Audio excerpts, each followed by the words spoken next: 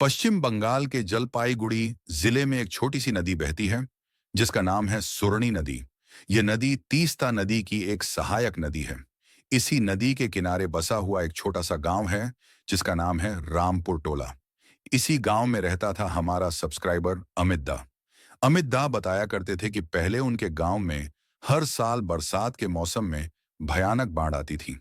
खेतों में पानी भर जाता था, फसलें बर्बाद हो जाती थीं, लोगों का जीना मुश्किल हो जाता था। इस समस्या से बचने के लिए सरकार ने नदी के किनारे एक ऊंचा तटबंध और उसके पास एक बड़ा जलद्वार बनवाया ताकि पानी को कंट्रोल किया जा सके। गांव से लगभग 400 मीटर की दूरी पर यह जलद्वार बना हुआ था। एक तरफ पक्की सड़क थी और दूसरी तरफ सुरनी नदी बहती थी। यही जगह आगे चलकर डर और रहस्य का केंद्र बन गई। रामपुर टोला के ज्यादातर लोग मछली पकड़कर अपना गुजारा करते थे। उन्हीं में से एक था हरिनाथ। हरिनाथ का परिवार छोटा सा था। उसकी पत्नी सुमित्रा, उसका बेटा रोहित और एक शादीशुदा बेटी काजल। हरिनाथ रोज नदी में जाल डालता और शाम तक मछली लेकर घर लौट आता था।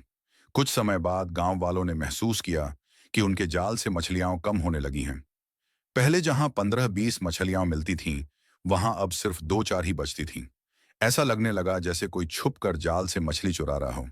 गांव वालों ने आपस में बात करके फैसला किया कि अब वे शाम को जाल डालेंगे और सुबह सूरज निकलने के बाद ही मछली निकालेंगे ताकि कोई चोरी न कर सके। कुछ दिन तक सब कुछ ठीक रहा और मछलियां भी अच्छी मिलने लगीं। लेकिन अचानक फिर से वही समस्या शुरू हो गई। जाल खाली मिलने लगे। लोग परेशान हो गए और सोचने लगे कि आखिर चोर कौन है। इसी बीच कुछ साल पहले की एक घटना लोगों को याद आने लगी। पास के गांव से 3 लड़के जल द्वार पर नहाने आए थे। तीनों अच्छे तैराक थे।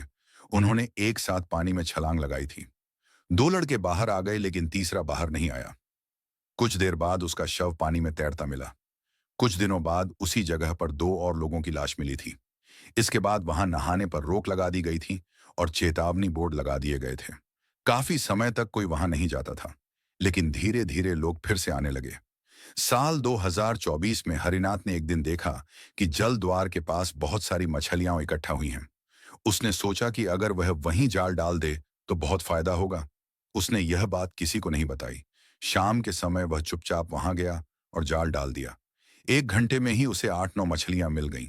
वह बहुत खुश हुआ और मछलियां घर ले जाकर पत्नी को दे दी। रात को खाना खाने के बाद वह सो गया और मन ही मन सोचता रहा कि सुबह कितनी मछलियां मिलेंगी।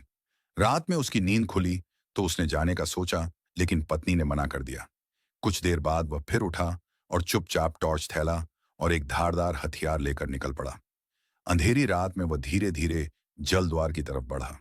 जब वह वहां पहुंचा तो उसने देखा कि कोई आदमी सफेद कपड़े में लिपटा हुआ उसके जाल के पास खड़ा है और मछली निकाल रहा है।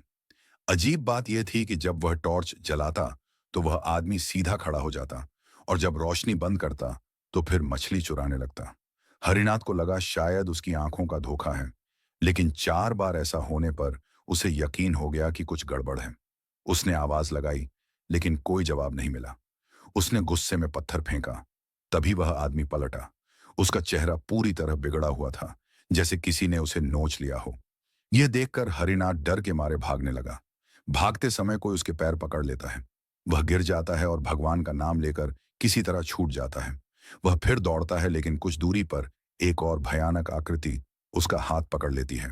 उसका शरीर लगभग पूरी तरह जला हुआ था। हरिनाथ कांपने लगा। उसने हिम्मत करके अपने हाथ में पकड़े हथियार से वार किया। जैसे ही वार हुआ, वह आकृति हवा में गायब हो गई। सुबह लगभग 5 बजे हरिनाथ घर पहुंचा। उसका शरीर कांप रहा था। उसने पूरी घटना अपनी पत्नी को बताई। तभी रसोई से बर्तनों के गिरने की आवाज आई, लेकिन वहां कोई नहीं था। उस दिन के बाद से हरिनाथ को रोज डरावने सपने आने लगे। उसकी तबीयत खराब रहने लगी।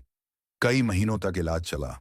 आखिरकार वे पास के मंदिर गए, जहां पुजारी ने पूजा करवाई और कहा कि भगवान की कृपा से उसकी जान बची है। बाद में गांव वालों को पता चला कि जब जल द्वार बन रहा था, तब एक मजदूर वहां गिरकर मर गया था। कुछ लोग मानते हैं कि उसी की आत्मा वहां भटकती है। कुछ लोग कहते हैं कि डूबे हुए लड़कों की आत्माएं अब भी वहां हैं। आज तक कोई नहीं जानता सच क्या है, लेकिन एक बात तय है। सूरज ढलने के बाद रामपुर टोला का कोई भी आदमी उस जल द्वार के पास नहीं जाता, क्योंकि उस जगह पर आज भी डर और मौत की परछाई मौजूद है।